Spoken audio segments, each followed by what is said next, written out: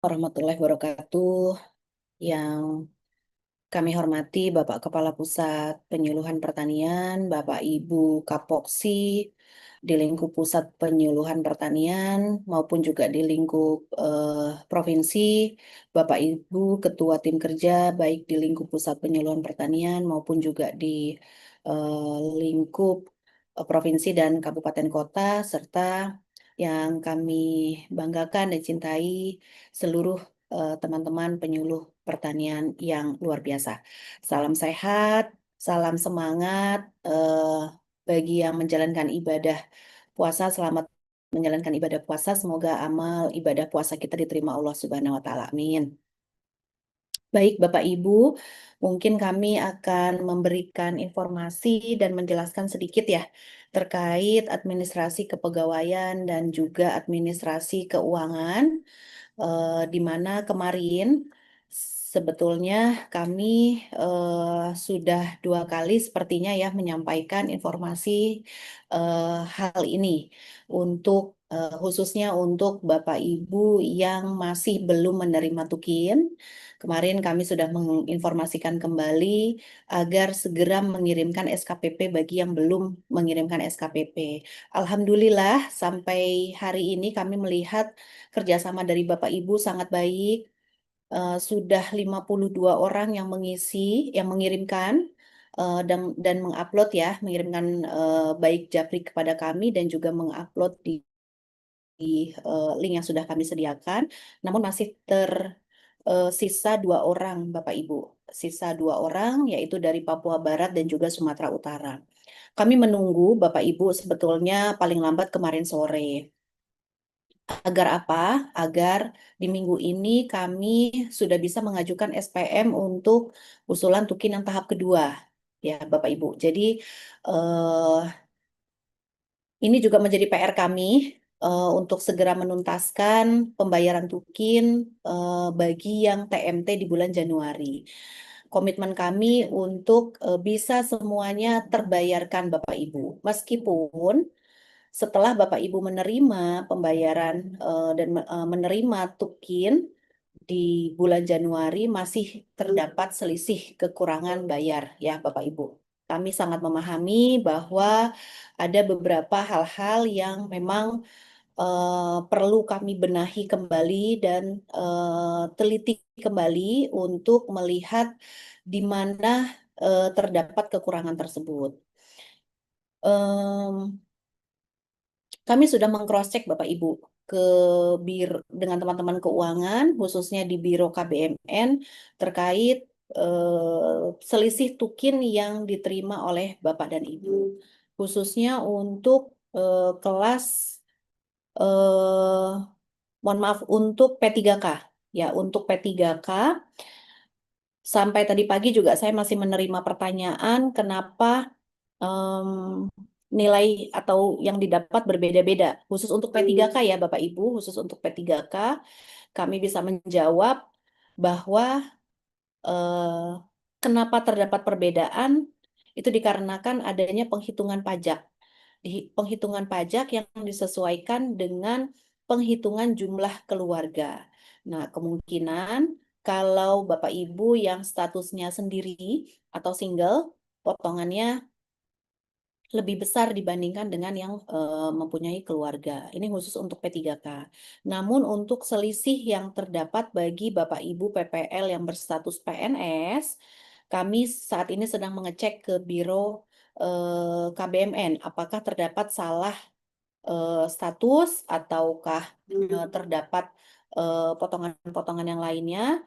Kami masih cek kembali Bapak Ibu, tapi kami tegaskan untuk di bulan Januari kemarin Bapak Ibu diputihkan ya absennya karena sebetulnya untuk dasar pembayaran tukin itu berdasarkan kemarin sudah dijelaskan oleh Pak Danang bahwa ada bobot penghitungan dari kehadiran, dari kehadiran dan juga dari output kinerjanya Bapak Ibu.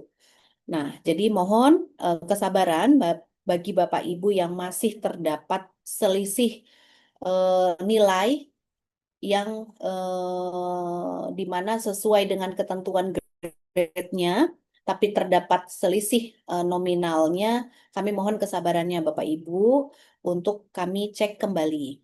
Nah, untuk itu kami kemarin sudah mengirimkan link Google Form ya, link Google Form yang bisa diisi oleh Bapak dan Ibu semua untuk bisa kami sandingkan.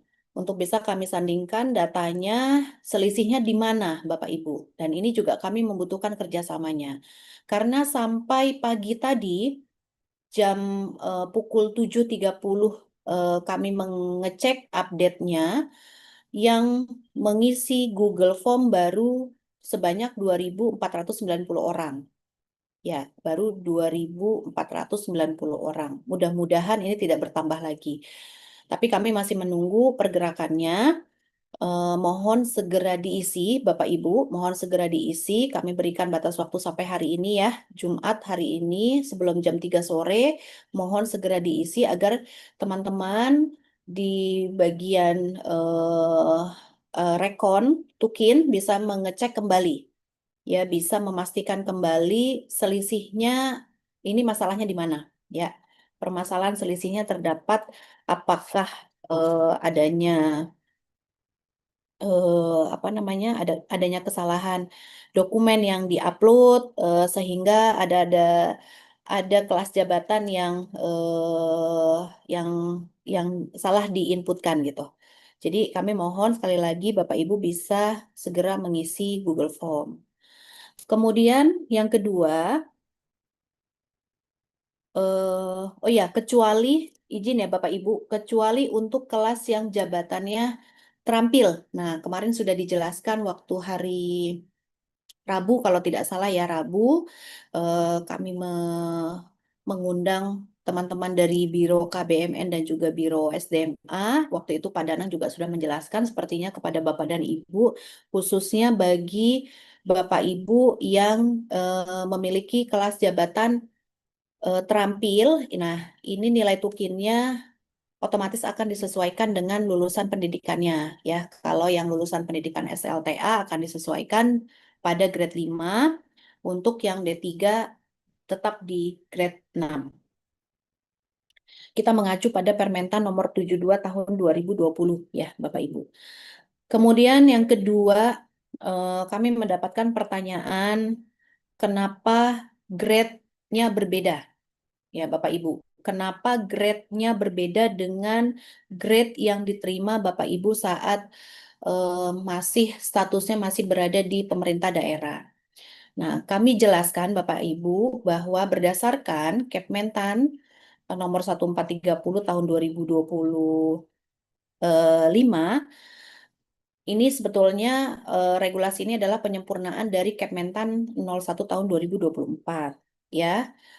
Diterangkan bahwa nama dan kelas jabatan ASN eh, yang berada di bawah Kementerian Pertanian di dalamnya disebutkan bahwa untuk penyuluh pertanian yang kelas jabatannya di muda masih berada di grade 9. Ya, Bapak Ibu, alasannya karena memang sampai saat ini belum ada penyederhanaan nama jabatan fungsional bidang pertanian. Ya, eh, saat ini masih ada sekitar 17 nama jabatan fungsional di bidang pertanian yang rencananya akan disederhanakan. Ya, nah kalau sudah disederhanakan, nantinya akan disesuaikan menjadi disesuaikan grade-nya ya Bapak Ibu. Nah, karena Bapak Ibu sekarang berada menjadi pegawai di Kementerian Pertanian, yang mana penyuluh pertanian itu instansi pembinanya adalah Kementerian Pertanian, sehingga kita mengacu pada instansi pembina, Bapak Ibu. Ya, di instansi pembina di Kementerian Pertanian masih menggunakan eh, grade untuk kelas muda itu adalah 9. Ya, jadi untuk ahli utama grade-nya 13, ahli madya itu grade-nya 11, ahli muda 9, pertama 8, kemudian penyelia 8, kemudian mahir 7, terampil 6, dan pemula 5. Jadi ini acuan kita ya Bapak Ibu, ini acuan kita. Jadi kalau kemarin terdapat perbedaan khususnya di kelas jabatan muda, Bapak Ibu saat masih berstatus di bawah pemerintah daerah mendapatkan grade 10 karena pemerintah daerah mengacunya pada surat edaran Menpan, ya, Menpan RB. Nah, dan sedangkan kami di Kementerian Pertanian mengacunya pada Kepmentan. Nah, kemudian, nah ini juga berlaku ya Bapak Ibu, tidak hanya untuk penyuluh, tapi semua jabatan, baik yang struktural, fungsional, maupun juga pelaksana. Nah, artinya pemahaman ini perlu kita ketahui bersama ya, perlu kita pahami bersama Bapak Ibu bahwa jelas terdapat perbedaan karena acuan regulasinya berbeda Bapak Ibu. Kemudian untuk administrasi kepegawaian, kemarin kami mendapatkan banyak sekali pertanyaan ya, Bapak Ibu, termasuk juga penyetaraan, penyesuaian ijazah, kemudian untuk pensiun, usulan pensiun. Nah, eh, bagian kami di Subbag Tata Usaha sebelumnya sudah pernah menginformasikan kepada Bapak dan Ibu terkait eh, pengusulan yang berurusan dengan administrasi kepegawaian dapat diisi atau diinput di link tree yang pernah diinformasikan sebelumnya kepada Bapak dan Ibu semua. Jadi mohon mungkin bisa dikoordinir oleh Katimker atau Kelsi masing-masing provinsi untuk bagi Bapak dan Ibu penyuluh pertanian yang mengusulkan pensiun, kemudian penyetaraan ijazah dan lain sebagainya, bisa diupload saja Bapak Ibu. Bisa diupload saja di Linktree atau di link Google Form yang sudah kami pernah informasikan sebelumnya. Eh, itu terkait administrasi kepegawaian Bapak Ibu, nanti akan diproses secara integrasi ya dari kami di pusat penyuluhan maupun juga di sekretariat badan. Mungkin itu saja bagi Bapak Ibu yang belum kami melihat nih pertanyaan kapan tukinnya turun. Ditunggu saja Bapak Ibu. Ditunggu saja. Saat ini sedang berproses. Sebetulnya pengusulan yang tahap 1 itu sudah semua diajukan di KPPN ya. Artinya pihak perbankan saat ini sedang memproses pendistribusiannya ke rekening Bapak Ibu semua. Dan ini mungkin perlu waktu ya Bapak Ibu karena jumlahnya yang tidak sedikit. Sehingga kami mohon kesabaran Bapak Ibu untuk menunggu. Akan diterima oleh Bapak Ibu, tenang saja tidak perlu dikhawatirkan, hanya proses waktunya. Ya, mungkin itu saja. Bapak Ibu, sekali lagi kami mengingatkan mohon segera diisi di link Google Form untuk yang sudah menerima tukin. Sekali lagi kami ingatkan bagi yang sudah menerima tukin saja, mohon dapat diisi per kolomnya di Google Form tersebut dengan melampirkan jabatan terakhirnya, kemudian bukti SK jabatan terakhir, nominal tukin yang diterimanya, bukti transfer, ya, bukti transfer yang dikirimkan oleh bank, kemudian juga SKKP ya, SK kenaikan pangkatnya, dan silakan dipilih kolom apakah Bapak Ibu P3K atau PNS atau ASN, ya.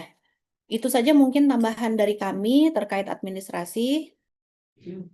Baik, terima kasih kepada Bu Caca atas arahan dan informasi yang mungkin sangat bermanfaat ya untuk menjawab seluruh pertanyaan yang selama ini disampaikan kepada Pusat Penyuluhan Pertanian.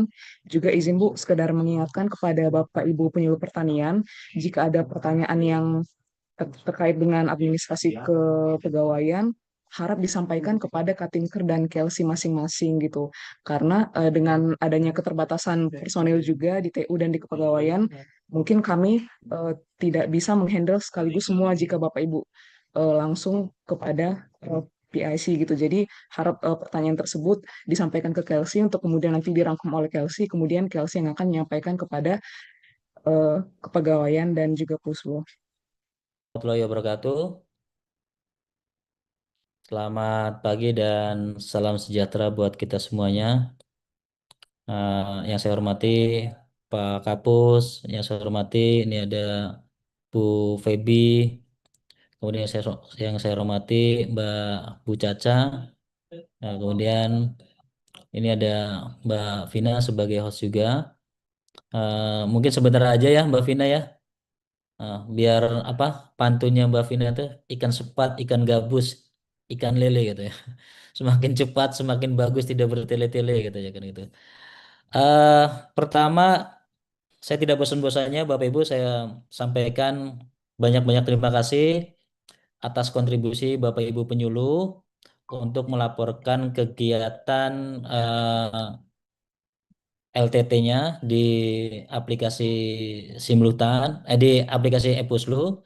Kemudian yang kedua, ya, eh, ada beberapa provinsi yang masih harus dipicu Bapak Ibu karena capaiannya masih belum maksimal dan saya punya keyakinan Bapak Ibu masih bisa untuk mendorong dan meningkatkan kinerja dari teman-teman penyuluh di lapangan ya. Adapun provinsi yang masih belum capaiannya 100% ini ada beberapa ya. Yang pertama ya, ini Jawa Timur ini masih masih 63%, kemudian ya Jawa Tengah masih belum apa ya. Masih yang area kuning ini Jawa Timur, Jawa Tengah, kemudian Jawa Barat ya, kemudian Lampung ya. Sulawesi Selatan ini masih masuk di zona kuning. Besar harapan segera didorong kinerja penyuluhnya, Bapak Ibu penyuluh semuanya ya melalui Katimker ataupun Kelsi. Kemudian yang untuk warna kuning di zona 2 ataupun di klaster 2 ini ada Sulawesi Tengah, kemudian ada Nusa Tenggara Timur, kemudian Banten ya, Jambi, kemudian Sumatera Barat juga ini masih perlu ditingkatkan ya kan. Nah, ini untuk yang di klaster 3 ini yang masih warna kuning ini ada di Provinsi Papua, kemudian Bengkulu, kemudian Papua Barat Daya, kemudian Maluku Utara. Ya, ini yang masih kuning. Kemudian ini yang harus ekstra nih, harus ekstra dipacu yang harus luar biasa nih, ya, kinerjanya nih, ya teman-teman penyuluh nih. Insya Allah bisa nih, ya. Ini yang masih masuk warna zona merah nih. Ini ada Kalimantan Selatan, kemudian ada Nusa Tenggara Barat, kemudian ada Sumut, Sumatera Utara, kemudian ada Aceh, kemudian ada Sumatera Selatan, ya.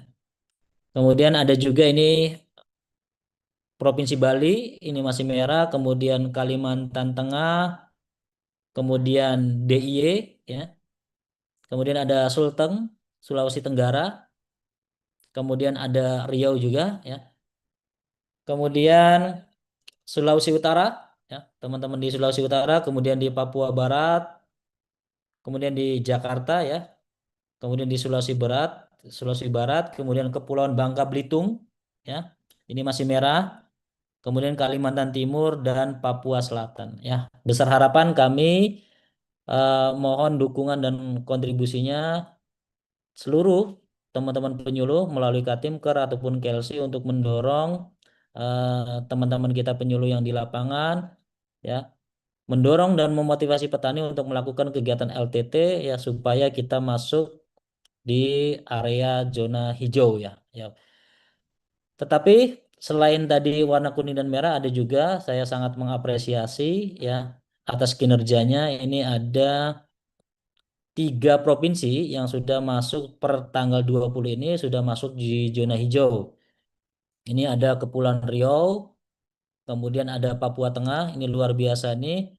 Dan yang terakhir ini ada Provinsi Maluku, ya. Jadi 3 provinsi, Kepulauan Riau, kemudian Papua Tengah dan Maluku. Ini kami apresiasi yang sangat luar biasa atas kinerjanya sehingga bisa menghijaukan ya untuk LTT pada hari ini. Saya kira itu Mbak Ambar ya tidak panjang lebar saya sampaikan. Kemudian terakhir saya sampaikan ya selamat menjalankan ibadah puasa bagi saudara-saudara Bapak Ibu penyuluh yang menjalankan ibadah puasa. Saya kira itu Mbak Ambar. yang dapat saya sampaikan. Kurang lebih saya mohon maaf. Saya kembalikan ke Mbak Ambar. Saya akhiri. Wassalamualaikum warahmatullahi wabarakatuh. Baik, terima kasih Pak Dedi untuk arahan dan penyampaiannya. Benar sekali. Terima kasih dan apresiasi yang sebesar-besarnya bagi provinsi yang sudah berada di zona hijau dalam LTT dan juga beberapa provinsi lain yang LTT-nya masih di bawah target, tetap semangat untuk memacu peningkatan perluasan target luas tambah tanam. Baik, Bapak Ibu sekalian, demikian rangkaian apel pagi kita hari ini, Jumat 20 Februari 2026. Terima kasih kepada Bapak dan Ibu Kepala Tata Usaha, Bapak dan Ibu Kepala Ketua Kelsi dan Katingker Lingkup Pusat Penyuluhan Pertanian. Terima kasih juga kepada Bapak Ibu Penyuluhan Pertanian yang telah hadir dan mengikuti apel pagi ini. Semoga hal-hal yang telah disampaikan dapat memperkuat langkah kita bersama dalam mendukung kemajuan pertanian dan swasembada berkelanjutan, khususnya melalui optimalisasi peran penyuluh pertanian di seluruh Indonesia. Kami juga menyampaikan selamat menjalankan ibadah puasa kepada Bapak dan Ibu penyuluh yang menjalankan. Tetap semangat dan semoga lancar puasanya meskipun kita tahu tanggung jawab Bapak Ibu di lapangan cukup besar. Semoga semuanya menjadi berkah. Saya Vina Barita memohon maaf apabila ada kekurangan selama memandu apel pagi ini. Sampai bertemu kembali di apel pagi penyuluhan minggu depan. Assalamualaikum warahmatullahi wabarakatuh. Shalom, Om Swastiastu, selamat pagi. Recording stopped.